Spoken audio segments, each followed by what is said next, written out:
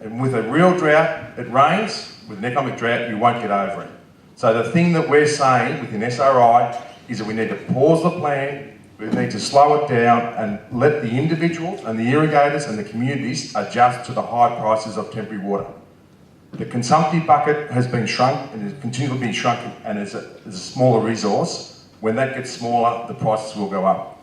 We are not sustainable at $130 growing crops. And if they continue to take this water away, the price will shoot up and there'll be a dust bowl here. You'll have a terrific environment, but nothing left.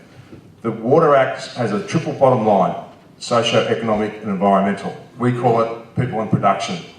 They don't bring the people in production along for the ride. It's all environment. There's a big bias there. I was lucky enough to meet Bob Baldwin.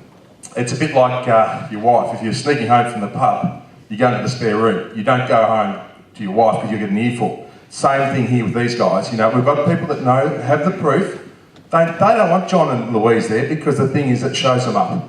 So they just get the yes people, oh, that's good, consultation here, no problem. As we saw on the SRN, show me the proof. Well, there's two people here that've got the proof, they've shown the proof, obviously they haven't heard it.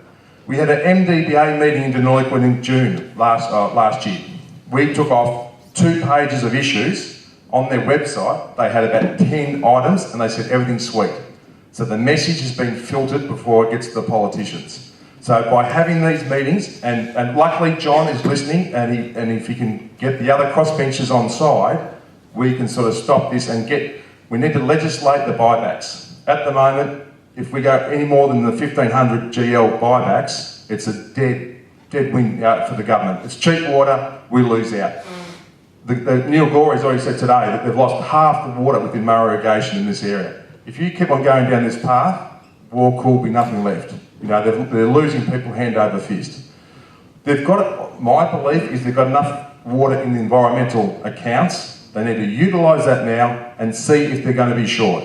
See if they can deliver it with no bad third-party impacts. You know, this is the thing, there's a lot of things they can do. Bob Baldwin's going out there and say, oh, we'll acquire all the water we need, and then at the end we'll review it and see whether we're stuffed up or not. You know, when the water's gone, it's gone. You won't get it back. So I encourage you to stand up and fight. In the SRN, there's some alarming comments from our local member, Susan Lee, you know, and she needs to come on board. We need her to send a strong message saying you can't keep on doing this. There's no such thing as a safe seat anymore. We tell every politician we meet, you know, that the Indi in Shepparton has shown that if you think strongly enough and you think you're not listened to, you need to tell your politician because they want self-protection. If they don't listen to the grassroots, move them on. That's my idea. Anyway, I think...